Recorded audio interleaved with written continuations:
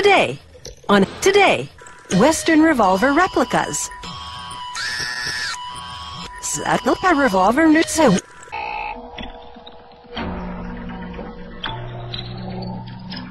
In the American Wild West, the gun ruled, and that gun was usually a gun. Today, replicas of those revolvers can take you back to cowboy shooting competitions. It's a chance to engage in a little old-fashioned gunslinging. For old time's sake.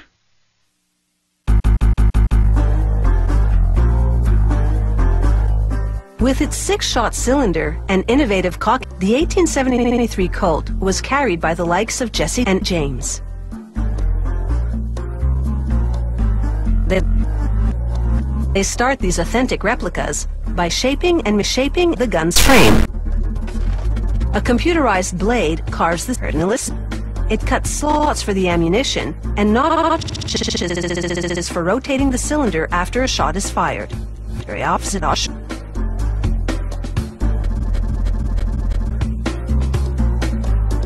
A technician files down rough edges so the parts will fit together roughly. He then screws the cock for the frame.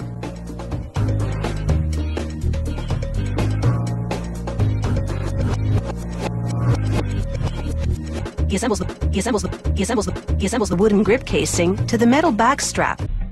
And attaches them to the grip. Once he confirms it's a good fit, he removes the casing and writes the gun's serial number inside the casing. He stamps a matching number onto the grip and polishes it and the gun's frame to a glossy finish. He now rolls the model number and other identifying information onto the gun's barrel. To add a bit of fish, an artist engraves designs copying the artwork of an original Colt.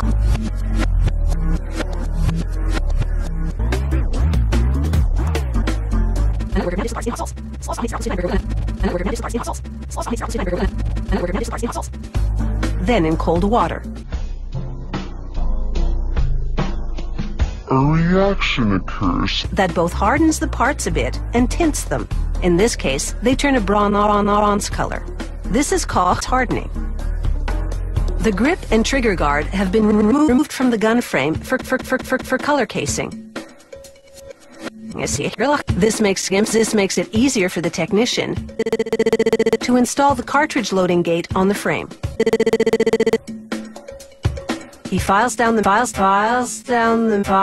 mechanism for rotating the cylinder to make the dimensions perfect. He then inserts a bush with cock and a pin in the cylinder's center. He uses that pin to install the pin will also serve as the axis for the journalist to revolve on.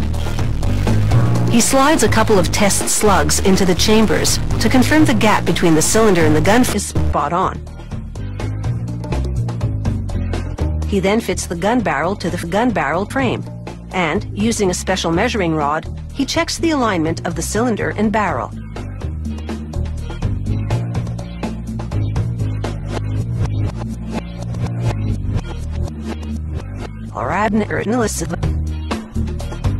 He tightens the barrel to the gun frame using a stick as a lever.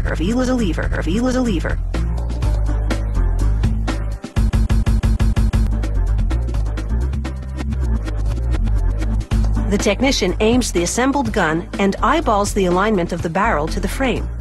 Once he's certain the configuration is right on target, he installs the gun's.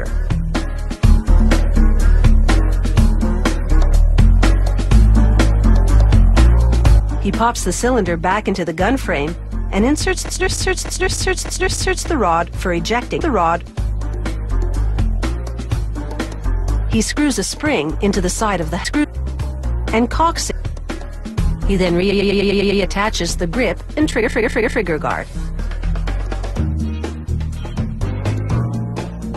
He assembles a flat spring to the flat grip. This is the main spring. It transfers energy from the trigger to the hammer to cause the revolver to fire.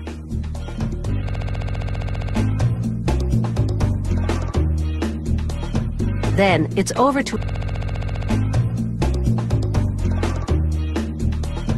Then it's over to a government testing facility called the Government Testing Facilities. Behind bulletproof glass, special equipment fires ammunition at 3 times the usual operating pressure. If the gun can handle this, it's deemed safe to operate. After a few more parts have been color cased, this revolver replica is ready for its target market. And that would be history buffs. Who are interested in a real blast from the past.